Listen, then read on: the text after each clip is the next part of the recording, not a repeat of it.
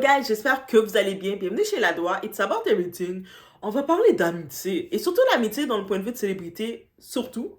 Parce que on a vu beaucoup de choses se faire, des soi-disant amis qui se sont, lorsque l'un de leurs amis, de leurs partenaires, se sont dissociés de façon publique, qu'on se disait, Et là, on a cette situation avec une certaine Taylor Swift qui devait être le dragon de Black Lively. En tant que tel, c'est comme ça, Black Lively l'a présenté, c'était son dragon. Mais là, à ce qui paraît, Taylor Swift a regardé sa carrière, ses équipes, ils ont dit,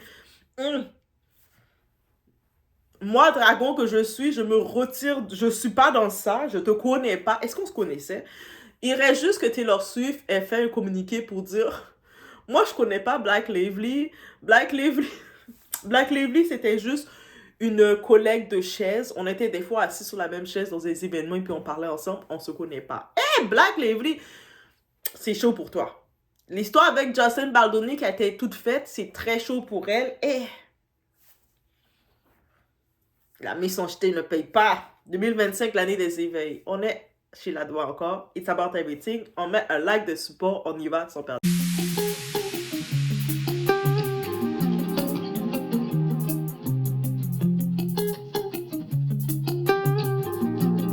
Cet article du Daily Mail semble très opportun. Il dit « Taylor Swift s'éloigne de Blake Lively alors qu'un conflit juridique menace leur amitié de 10 ans. » Et c'est James Fetushka qui l'a écrit. Il est dans le milieu du divertissement. C'est le meilleur auteur de leur rubrique People. Il n'écrirait pas ça sans qu'on le lui ait dit. C'est comme ça que ça marche en coulisses, les gars. Les RP viennent et disent ce qu'ils veulent publier. Plus vous avez de pouvoir, plus c'est mot pour mot ce que vous voulez que le public lise. Je vais vous dire ce qu'ils veulent faire lire au public. Il est dit que Taylor Swift prend ses distances de son amitié avec Blake Lively après s'être sentie utilisée comme tactique d'intimidation par l'actrice dans un procès dans lequel elle ne voulait jamais être impliquée. Pour l'instant, elle s'éloigne de Blake car elle ne veut pas s'empêtrer dans cette affaire plus qu'elle ne l'est déjà. Ce qui est bien plus qu'elle n'aurait dû subir, a confié une source au Daily Mail. Ses amis trouvent aussi que le texto de Blake à Justin, du genre « Je suis Khaleesi avec des dragons », était déplacé et inutile, l'utilisant comme tactique d'intimidation. On la traitait comme un animal de compagnie ou un objet. Taylor ne devrait même pas être mêlée à tout ça. Elle allait juste voir Blake et Ryan, pensant que la rencontre serait déjà finie. Une autre source dit « Taylor s'est poliment retirée de l'affaire. » Consciente de son image, elle déteste avoir été mentionnée. Bon, cette dernière partie est vraie. Elle s'est retirée par souci de son image publique. Elle y fait très attention, mais je doute que Taylor soit toujours utilisée. Elle ne peut pas être constamment exploitée. Désolée. Ça fait 20 ans qu'on dit ça. Je ne pense pas que ce soit la vérité. Guys, dans la plainte de Jocelyn Baldoni, Taylor Swift est mentionnée. Elle est mentionnée comme étant une participante ou quoi que ce soit dans le clan de Blake. Mais là, Taylor Swift, elle a fait comme ses équipes ont regardé ça, on dit on a fini de bâtir ta carrière, tu es rendue la femme que tu es rendue. Et puis, à cause de cette petite vanille-pièce de Gossip Girl, tout détruire, parce qu'elle va te... non, on retire ça. Retire-toi de là tout de suite. Et Taylor Swift s'est retirée de Black Lively et je pense que ces prochaines étapes, elle va nous faire un communiqué pour nous dire, ses avocats ou ces personnes, ces press relation press vont dire, nous, on n'est pas associé avec Black Lively. Black Lively, ce n'est pas une amie de Taylor.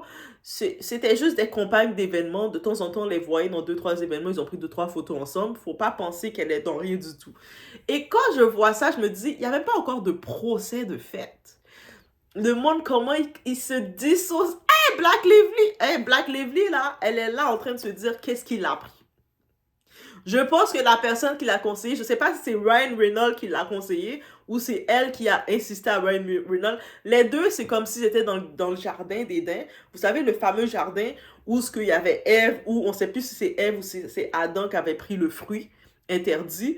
Et puis là, chacun s'envoyait la balle, se regardait qui est le coupable. Mais là, maintenant, Ryan, et notre fameuse Blake, ils se retrouvent comme ça.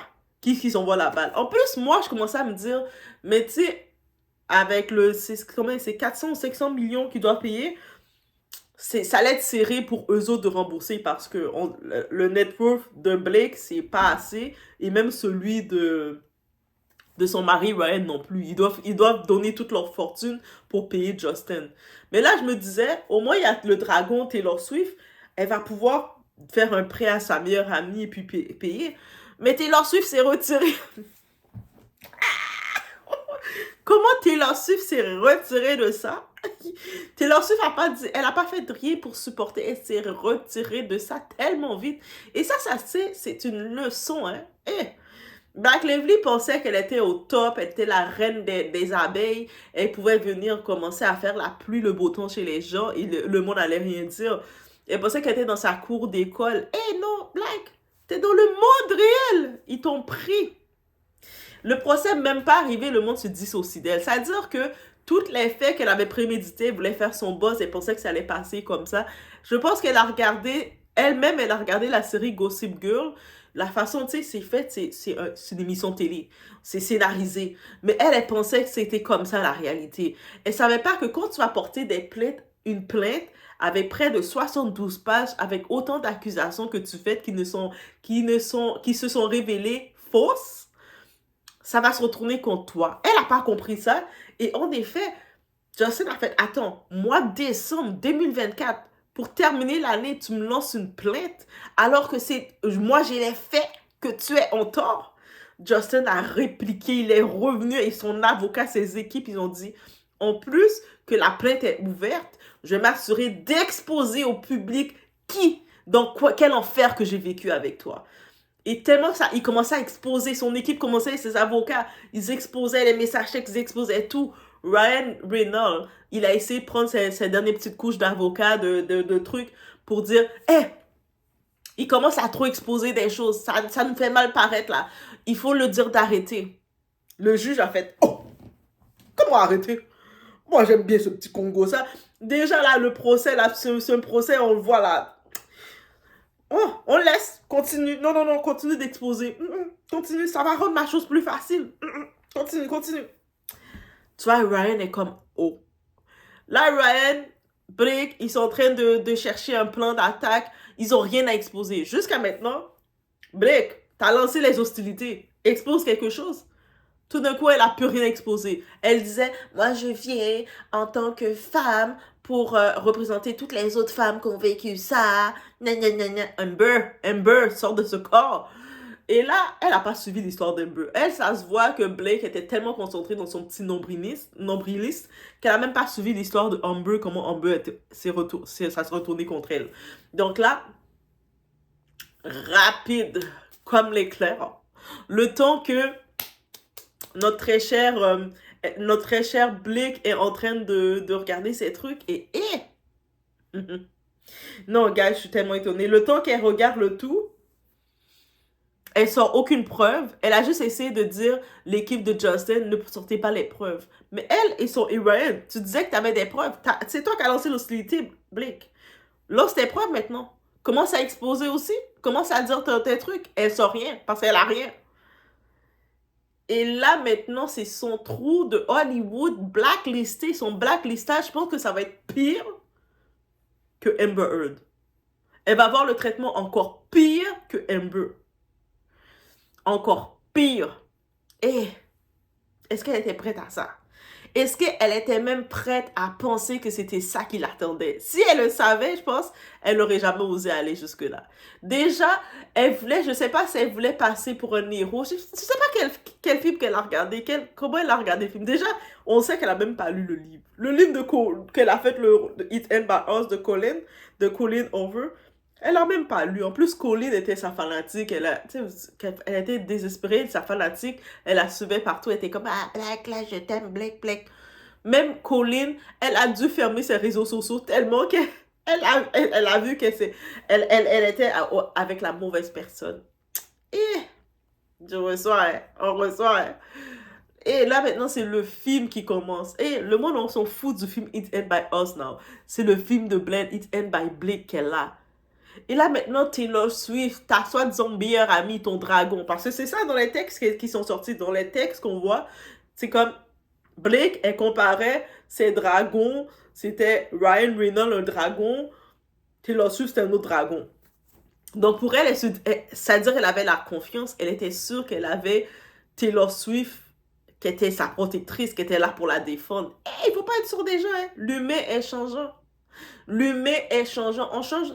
Aujourd'hui, je peux aimer la pizza avec des ananas dedans. Demain, je vais aimer la pizza avec les anchois. L'humain, on change continuellement. Ça, c'est quelque chose. On dirait qu'elle n'a pas appris cette règle-là, mais là, elle le découvre. Et on le découvre tout. Donc, elle pensait vraiment que Taylor Swift va accepter de perdre des millions, va accepter de brûler son image pour cette bêtise. Ça, c'est même j'en veux même pas à Taylor Swift. Au contraire, je suis comme, Taylor Swift, c'est business, là. Même au-delà de Taylor Swift qui est business, même si Taylor Swift, dans son cœur, elle aurait voulu, elle supporte elle la supporte, mais elle, c'est une business, mais elle a des partenariats derrière, elle a des gens derrière elle, il y a des millions qui comptent sur elle. Est-ce qu'elle va risquer son image, risquer des millions juste pour Blake? Blake, est-ce que tu aurais fait ça pour Taylor? Blake, est-ce que tu aurais toi-même fait ça pour Taylor? Donc, laissez-moi savoir dans les commentaires, est-ce que vous pensez que Taylor fait une bonne chose de tourner le dos? Taylor a fait la même chose que Jay-Z a fait à Diddy. Quand l'avocat de Jay-Z a dit, Jay-Z a jamais été l'ami de Diddy. Ah, vous voyez ça, où est-ce que vous avez vu l'amitié? Ils ont jamais été amis. Si vous avez cru qu'ils étaient amis, c'est parce que à cause qu'ils étaient dans 2-3 associations ensemble, 2-3 choses, ils étaient collègues. Des fois, ils passaient sur le même tapis rouge. Tu sais, des fois, Diddy, là, il prend du temps, là, quand il y a l'affaire de tapis rouge, lui, Diddy, il reste longtemps dans le tapis rouge, et puis là, il se frôlait dans le tapis rouge. C'était l'illusion optique qu'on pensait qu'ils étaient amis. Là, on a pris du temps à comprendre et on a fait, ah, ok, comme Jay-Z l'a dit, c'est ça. Mais Taylor, elle nous a fait un Jay-Z move. Ça, c'est la nouvelle action. C'est-à-dire que l'ami que vous pensez que c'est votre meilleur ami aujourd'hui, vous êtes en train de manger ensemble, manger votre steak ensemble, faire mon ami, c'est ma soeur. Attendez encore. Hein. Dites pas trop vite c'est ma soeur, dites pas trop vite c'est ma BFF, c'est ma meilleure amie. Attendez de voir quand vous êtes en train de galérer, vous êtes là, pour voir si votre meilleur ami va être là pour vous. Quand vous êtes en train de galérer, vous êtes là, vous savez pas comment arranger vos choses, cette soi-disant meilleure amie est là pour vous, cette meilleure amie, vous essayez d'appeler son numéro, vous voyez c'est hors service. Numéro hors service. Bref, laissez-moi savoir, est-ce que vous êtes d'accord avec le move de notre très chère Taylor Swift? Est-ce que pour vous, elle a bien fait de se dissocier de Blake? Ou elle aurait dû, malgré tout, rester? De toute façon, son nom est dans le dossier de la plainte, elle aurait dû rester. Donc, j'attends vos commentaires et on se retrouve aux prochaines vidéos.